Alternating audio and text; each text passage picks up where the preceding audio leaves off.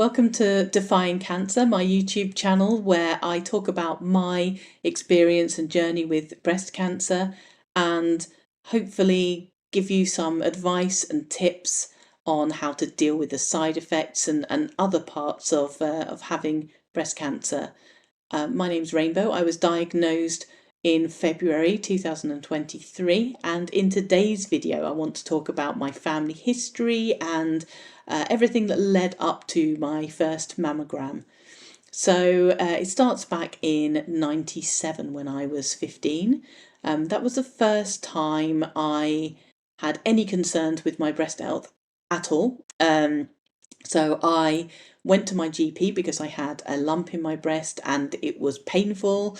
The lump got bigger at certain times of the month, and the pain happened at certain times of the month. So that most of the time it didn't cause me any pain, but I think I'd maybe had it for a few cycles and yeah, just wanted to get it checked out. So I went to the GP. She had a check of everything, said she just thinks it's thickened tissue, nothing to worry about. And then she also made a point of saying that I was too young to have breast cancer. So I didn't think anything of it at the time, but it's something that kind of narrative kind of annoys me now because uh, younger and younger women get breast cancer every year, and there are lots of reasons for that. And to say someone's too young for anything, even though it's highly unlikely that I would have got breast cancer at 15, not many people do. It's not impossible, and it's not nice to say things like that. It just puts people at ease when they shouldn't be. They should still get everything checked. If you get a lump, whether it hurts or not, anything that doesn't seem right, then yeah, you should get it checked. Anyway, I digress. Nothing really happened after that. I did go to the doctors a few times over the following years. I've had a few lumps and so on in my right breast. It's always my right breast. Sometimes I've been able to feel lumps. Other times I've just had pain and like shooting pains and other bits and pieces. I've read more recently that generally breast cancer doesn't hurt, and that if it's a painful lump, it's less likely to be breast cancer. But yeah, mine have always hurt me. So the next bit, the next step in this story is in my late 20s. My granny, my dad's mum, she got breast cancer, and I didn't realise at the time that her mum had died from breast cancer. I knew she had died at an early age, but I didn't realise that it was breast cancer that had caused it. So my granny's doctor, one of the doctors, in her medical team, decided that really my sister and I should really let a specialist know about our strong family history, and this is the first I knew about it. So turns out not only my granny and her mum had had breast cancer, but also another two in the family tree, which actually made it every woman in that genetic line for a few generations. It had got every single woman, and everyone had died from it until my granny. We didn't know at the time that my granny was going to make it, and really pleased that she did. We didn't know a huge amount about her diagnosis or treatment because she was very private with that kind of thing. But she turned out to be the first person to survive it, and hopefully I'm the next person to survive it, and it's not going to get me.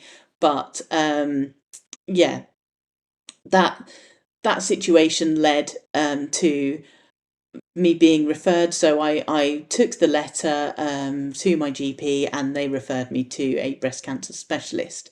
So I saw them. I can't remember like the timescales and stuff at the time because we're talking, nearly 15 years ago. But yeah, I got referred.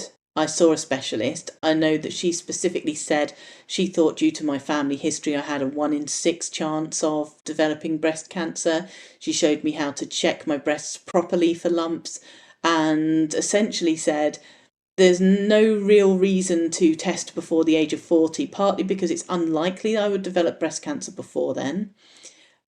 and the other reason being that if I if I had a mammogram, it doesn't always show up very well in the breasts of younger people because they're more dense, and there's less contrast on the mammogram, so they can't, they might miss a lump anyway.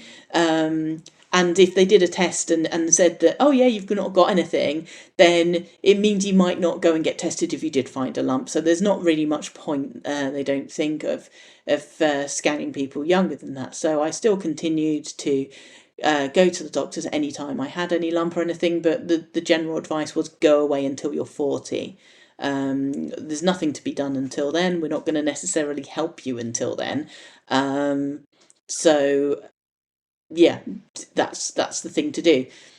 So when I got to 40, I was in the middle of moving house. So my birthday's in April, and our house sale went through, and we eventually moved into our new house on the 1st of July. So in the July, I registered with a new doctor.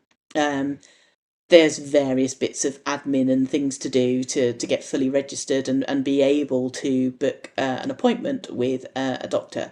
So I did that, booked the first available appointment, and that took me to September of last year. So in September, I spoke to the GP, explained the situation, said, they pretty much told me to go away until I was 40, but then hopefully at 40, I can then start having mammograms and, and hopefully reduce the risk of getting breast cancer. I'd like to have, a double mastectomy. But yeah, anyway, so he said it's all down to the breast cancer care team and referred me to them. So he said, wait for a letter from them. So that took until November then to get a letter. In the interim, well, I can't remember when it was that I got. So they sent me a letter asking for my family history. I filled all of that in, with the dates that people got breast cancer in my family, and and what age that they died and that kind of thing. So went through all of that. At that point, by the time I'd got to this point, my granny had then had ovarian cancer, and then later, unfortunately, dementia is what took her life. But yeah, I could put the extra detail in there. So it only took 2 years for her to get ovarian cancer after getting the breast cancer. So, and it's a related cancer. So I filled in all of this information, and then in November, that's when I had the appointment with the breast cancer specialist, and she said, "Yeah, your family history is really strong. It's got every single woman, in your line, in that genetic line on your dad's side of the family, and obviously you're next." I'm not sure she said that, but yeah, that was something that was very apparent to me. Like I'm next in line now. It's gonna get me next. And so she's like, yeah, I totally agree though, you should start having mammograms every year. We can do that now for you now that you're 40. And what we can't do though is we won't do any risk reducing surgery unless you test positive for one of the genes that increases the risk of cancer. The family history on its own isn't enough. So I was like, okay. And she also said that they won't do genetic testing unless one of your family members has already had genetic testing and tested positive for something, and that's not something that we had. So she did give information though she gave me a list of different companies that I could go to privately to have genetic testing done for one of these faulty genes, and said, that she trusts the results from these particular companies, and that if I was to get private genetic testing done with them and got a positive result, that I could then go to my doctor or go to the breast care specialist team, and and they would take that seriously. So that's what I sort of intended to do. And she said in the meantime that she will book me in for a mammogram. So she booked that in, and that was booked for the 18th of January. So it took all the way until then to get the first mammogram. And yeah, and I went in January for that. And I'm going to tell you the rest of the story in the in the next video. Basically, I don't want these videos to go on too long, because people will get bored, I think. But let me know in the comments anything that you want to know, any ideas for other videos, and that kind of thing. It really helped me out if you like this video, if you found it useful in any way, or interesting, or entertaining, and subscribe to the channel also. I will see you in the next one. Bye bye.